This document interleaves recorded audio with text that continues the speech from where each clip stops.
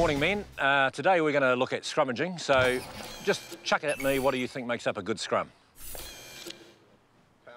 Power. Speed. Balance. Grips. Yep, you can keep going on. I think there's three main ones that we're going to look at today.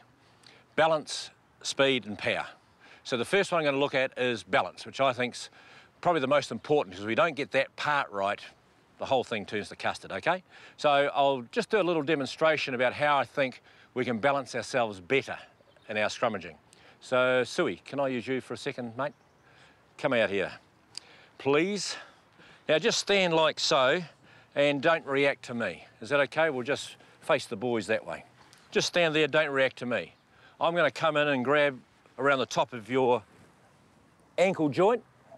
Don't react to me. I'll just lift your leg immediately up off the ground. Okay? This time, keep your legs locked. Flop forward for me, drop your head all the way down. When I say go, I want you to start coming up, stack your vertebrae from the bottom to the top, and your head's the last thing to come up. Are you happy? Yep. Okay, up you come. Stand there, don't react to me.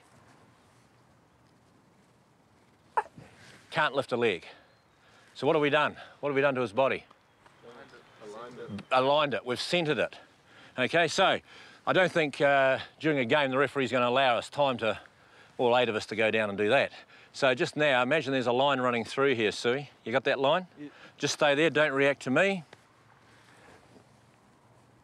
Can't lift a leg, forget that. Think about, just stay there, don't react to me. Think about what you're having for lunch.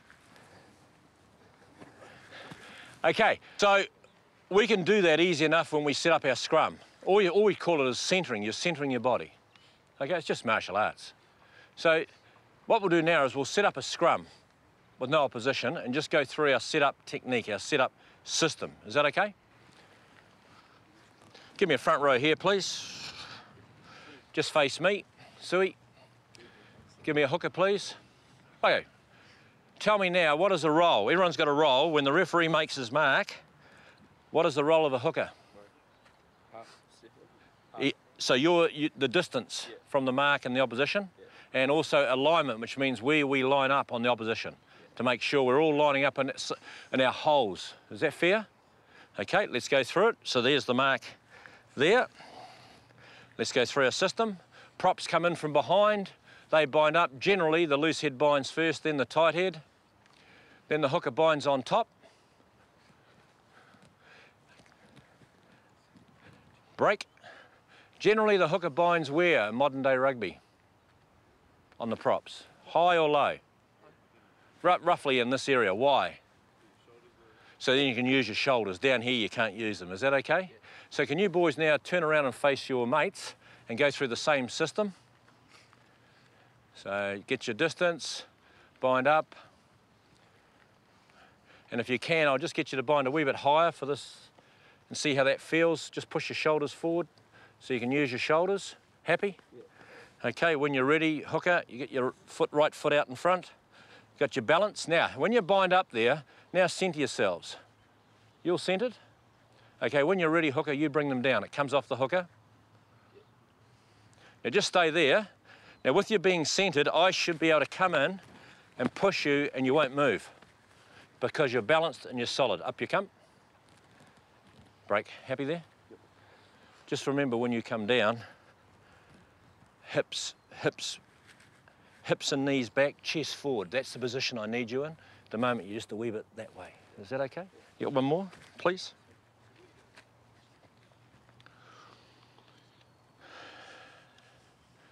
Yep. Much better.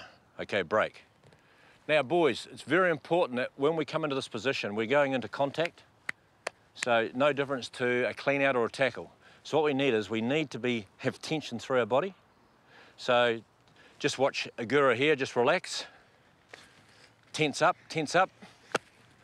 That's the tension we need. So when you bind up, we tense our body. So we're solid, okay? Can we do one more, please? So bind up, send yourselves, tense yourselves, good grips. Come off the hooker, he'll bring you down. Stay there. How does that feel? Solid? Okay, break. Happy.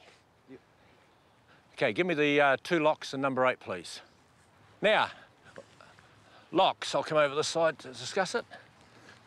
Locks, take me through your system. What do you do? I bind up first usually. Bind up first usually. Where do you bind? Up the kind of just below the shoulder. Yep, so similar to the hookers on props? Yep. And then like go down on one knee and bind up. And one knee's optional, depends. You can either go on a knee or just come in normal. Yep. Now, when are you going to do that? When the front row are where? When the front row are ready and usually Yeah. the hooker says like locks in. Yeah, okay, so when the front row are ready, when they're at the 3/4 setup position, which is this, then the locks come in, or they're in the full setup position, then the locks come in, depending on what system you're using. Again, as you rightly said, the hooker might say locks or whatever, and the locks come in on that code. Alternatively, you might come in when you're going to come in, give the front row boys a wee tap on their backside or verbally say coming in, so they know you're coming in. Now, what's the one thing we don't want these locks to do to us in the front row? Knock them off balance. Knock them off balance. And generally that is because there's not a big enough gap there. So what can we do to help the locks get in? Yeah, so what we do generally is, if the lock comes in, if I'm on a prop and he hasn't got enough space, he'll tap me and say, open up. I just roll the instep, which allows that gap. He'll then come in and bind, then I roll the instep back out again. Is that okay? Yeah. Okay. Now, let's go, let's have a look at yours. Right, locks. Your system, when the ref makes his mark, the front row come in and they get themselves set up. They're either going to go to 3/4 set or full set, depending on what your team are doing. What is your system? What do you do? What are the first things you do? We bind up under the shoulder. Just demonstrate. Bind up, yep. And then we go into our position once the hooker calls locks in. Just demonstrate for me if you could, please. And show me the binding. Binding comes through and up, come off your knee. Okay, break. Now that is an option, going on your knee. Okay, we used to do it way back because the props used to set up so low. Modern day rugby, the front row boys are a bit higher, ready to engage, whether they're 3/4 or full. So the locks today can just come in if they wish and not go on a knee. They can cut out that one extra thing they have to do. So can you guys just try that this time? So just bind up, get your feet where you'd like them, and just bend over and bind up. Break. Happy? Yeah. Okay, let's have a look. Front row, face that way, please. There's your mark. Let's go again, boys. Yeah, locks in.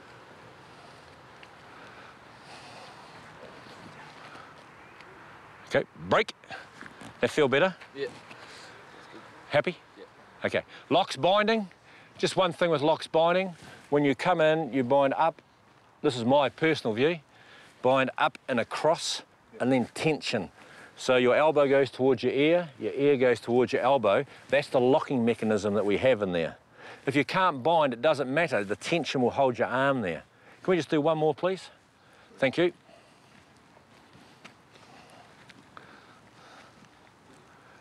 Yeah. Hold on. I'll just fix that. So you're sitting back into it. I'll just fix that. See where that leg is? Yeah.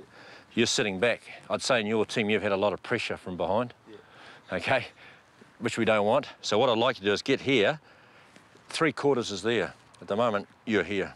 Yeah. Okay, so 3/4 is there. Is that all right? Yeah.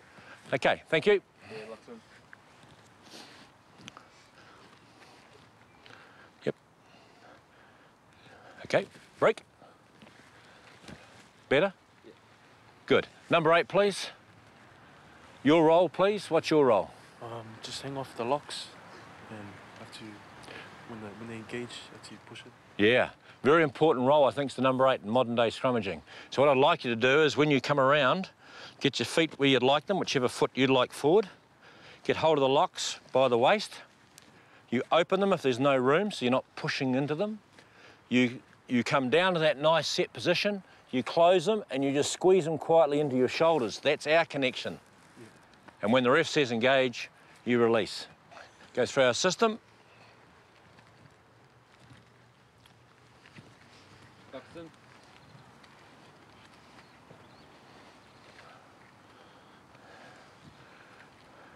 Break. You know why they got pushed forward? No, it's okay, no worries. That's what we're fixing it up. So you come in, foot there, you're full balance and just squeeze into your shoulders and you're not leaning into them at all. You're just connected to them. Is that okay? No worries. Try it again, boys. Good. Break. How'd that feel? Good. Balance all right up front? You happy with the number 8? You happy with the locks? Okay, there you go, good feedback. This is how we get better at giving each other feedback. So now can we have the 2 loose forwards, please? What's your role, gentlemen? Push on the prop, yeah. So when the referee makes his mark and the front row is set up and the locks are coming in, what are you going to do? Where are you binding? On the lock, whereabouts on the lock? Yeah, or in the middle, it doesn't matter. Okay, the thing is that you're going to have your neck locked on that prop's thigh, so there's no gap between the neck and the thigh. That's how we lock it in these days. In the old days, we used to have big angles. Is that okay? Let's go, let's have a look at you. There's your mark, front row. Yeah,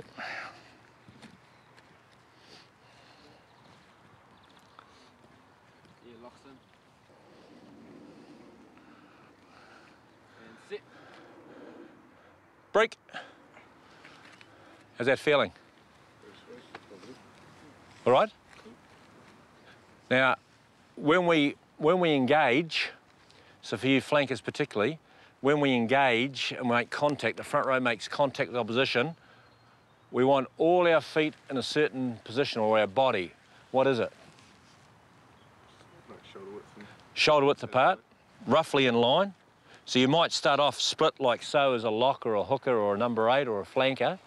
But when the ref says engage, we release, so we end up roughly square, shoulder width apart, spine's roughly flat, and it's 120 degrees at the hip and thigh and 120 at the knee. Do you know what that looks like?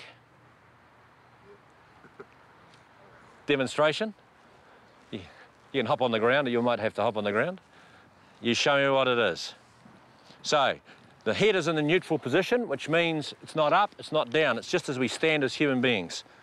Spine flat, 120 degrees at that angle, 120 degrees at that angle, feet shoulder width apart, roughly square. That is the position we want when we hit. Understand? Thanks. Are we all happy there with our system, our little system? Each team has their own individual system. This is only mine, so each team could be slightly different, but they're the basics. Are we all happy with our balance? Now what I'd like to look at is our speed. What I do is I individually put my team in start of a season and check them individually, hitting a machine, checking for speed and technique. I can't emphasise enough though that don't ever come to a scrum machine and hop straight into it. You must always check it for safety. Once overseas I put one together at night, next morning went back, never checked it, and someone had come along and undone the nuts on the side here. So don't ever trust a scrum machine, always check it before you go in. So we'll just go in individually. Would you like to give me a hand, please? Just good technique, don't worry about power, just good technique. Crouch, touch, pause, engage. Beautiful. Now you can see the good angles that he's got. Well done, son, thank you. That's just a very simple exercise you can do. I think it's great also when you get a player in there, if he's a wee bit straight-legged, get him to look between his legs and see where his knees are, change it to what is strongest, teach him what is strongest, then he'll get it. Happy? So I'd put all the forwards through that individually, because remember 62% of our power comes from the back 5. 62% comes from the locks and loose forwards. So if one of those gentlemen is not hitting correctly, we're losing power. And that brings us on to our next subject, which is power. How much work in scrummaging, out of 100% of the work you do at your high school, how much do you do on a scrum machine in a week? Not much. Not much?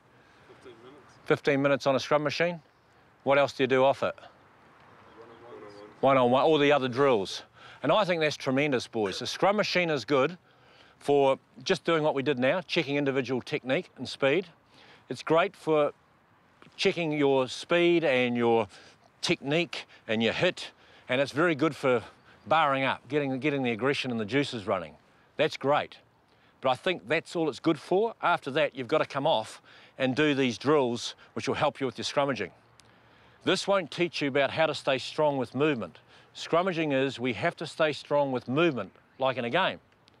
So for that, for me, my rule of thumb is I do 1/3 on the scrum machine, 2/3 off a scrum machine. As an example, I know with the All Blacks, on a scrum machine, we wouldn't do more than 12, 15 in a week. But they're real good quality scrums. So 12 to 15 is probably all we do in a week. The rest of the time we're doing live stuff off the scrum machine and our drills. I'd say many years ago when I was playing, we could do up to 100 on a scrum machine. But out of that, I think we'd only probably get 5 or 10 of them correct. So we perfected a mistake. So they're good for what they are. Now, I think you've got to learn off the scrum machine. So to help you to understand power, I'm now going to take you through some drills, which I think will assist us, and then we'll come back and put it all together on the machine. The first couple I'll do is for the neck, just warming up the neck. So just a simple isometric drill. If you just place your left hand by the left ear and just resist against each other and hold there just for 10 seconds. Then the other side. At the back. The front. Just resist. Next one, can I use Agura and Sui? Come out please and just demonstrate. One gentleman will just stand like so. The other gentleman will have his hands behind the back. Agura's going to do the work with his neck. For 30 seconds, he'll move this gentleman around. This gentleman will just stand there. Away you go, son. So you just push him around using his neck, both sides of his neck, like so. Next, we're going to do, this is a simple one-on-one scrummaging drill, doing isometric. So you did it with your head, that's an isometric. We're going to do the same thing in a scrummaging position. So these two gentlemen will pack in against each other in a good scrummaging position, bind up, get this nice, lock their cell, lock your core. Quietly they'll resist against each other and ease off. Resist, ease off.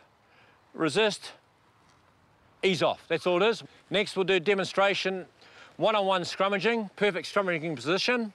Imagine you're in an elevator and you're on level 4. And we're just going to lower that down to level 2 and bring it back up to level 4 quietly. Demonstration, please. Good scrummaging position, bind up, quietly lower it down and back up slowly. Down and up, down and up, break. Next one is going to the same thing, scrummaging position. And the third member will come in, which will be me in this situation. So you gentlemen packing against each other, bind up, stay strong. I'm going to come in and for 30 seconds, I'm going to try and move you. And you have to stay strong for the whole 30 seconds. Lock it, tension through your body, lock your core, hold the ground. Tremendous, keep working hard. It's a tough drill. And break. You okay there? Yes. Okay. Next we'll do a one-on-one sink, extend, catch up drill. So here, Agura's going to do the work. This gentleman packs in against him and will give about 90% of pressure. Agura then will just quietly sink and extend and catch up and move this gentleman backwards. Full control of your body. Straight through, not riding up. Break, well done. Next we'll do a 1-on-2 drill, so we advance it. So can I have one other gentleman, please? So if you two boys bind up as a hooker and a prop, Agura's going to do the work. You two boys give about 80%, 85% pressure. Agura's going to do the same thing, moving you back, okay?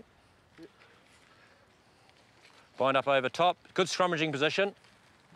Okay, when you're ready, straight through. Break. Happy? Yep.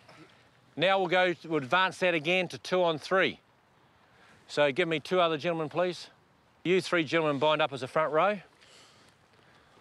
You 2 gentlemen are going to do the work now. Yep. So it's 2-on-3, doing the same thing. So bind up, pack in. Nice and controlled, work together.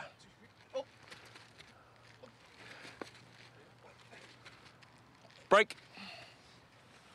We're trying to push through, not up, remember? Can we just do one more? Yep. Slow it down, more control. Push straight through, not up to the sky. One more, thank you.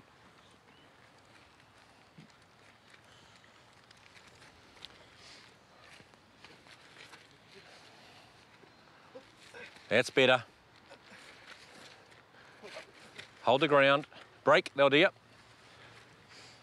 So we work together, stay strong with movement, always stay strong with movement. This next drill, I think is one of the best drills you can possibly do for all 8 members. So this time give me a hooker and a prop, just 2 gentlemen, yep, hooker and a prop. Gura go into prop. Do you want to hop in at lock? So you're coming on this side. So what happens here is these 2 gentlemen are going to do the work now. You 2 gentlemen hit and hold out. You crutch grip, you can have a hand on the ground or on his thigh. Yep. You 2 work together and you must stay together. Don't be a truck and trailer and get separated. Quietly work together. You might want to have a little call and quietly shunt them, okay? Let's go. Just pack in quietly. Get your feet where you want them. So, when you're ready.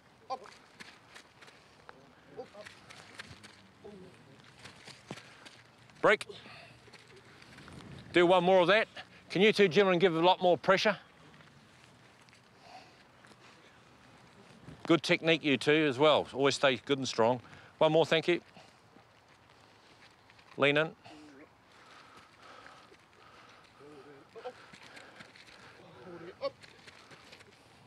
Lock your neck in, lock your neck in. That's it. Break. And what you do is in a situation at training, you then just swap over. So everyone has a go at being the prop and everyone has a go at being the lock in that drill. Great drill. You only got to go that far, just 4 or 5 metres. Now, just remember, when we're doing any drills, safety factor. So the one thing obviously we're looking at is our necks and our heads. So during an exercise that we're doing, or in a game situation, if your feet slip or whatever and we go to the ground, we're collapsing, what is the safest place for your head to be in? Yeah. Neutral, yeah. What's the one position you don't want it to be in? Yeah, the chin on your chest. So if it happens to slip, the golden rule is face in the mud or cheeks in the mud. Okay, let your feet go out the back, just fall flat down so your face just goes into the mud quietly or your cheek into the mud. Gura, do you just want to hop on the ground and demonstrate where your head will be? Yep, so it collapses, so... No. Put your feet out the back, son. Get rid of your legs. You're straight. That's okay, I'll give you a prop. Yep, sit. Yeah, right, son. You okay? So you just quietly go in, quietly let your feet just slip, slow motion, you're just going to go to the ground, just put your face in the mud, feet out the back. Okay? Just quietly lean in. So in a game situation or training, good technique, something happens, it's collapsing, our feet slip out the back, we put our face directly into the ground as such. Head is always in flat position. Okay, break. Well done, thanks fellas. Boys, we're now going to put it all together in a scrum machine. So we just need that good technique. I'm not after power, I'm just after good technique. Crouch, sit, touch, pause, engage, break, just stay there, Just get yourself in the strongest pushing position, what you think it is. Show it to me. Break. How'd that feel? When we were going into engage, it felt a bit shaky. Okay. So if we're feeling shaky, there's only 2 things that can happen with shaky. Some of us have our feet too close together, so you're rocking. Okay. So get your balance, or we're not centering ourselves. So let's do that, those 2 things. Okay, let's go again.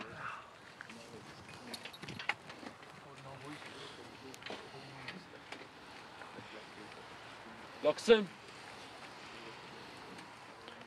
Crouch. Sit. Touch, pause, engage. Just stay there. Just hold the ground with your feet, shut your eyes, no one's allowed to talk, move the machine.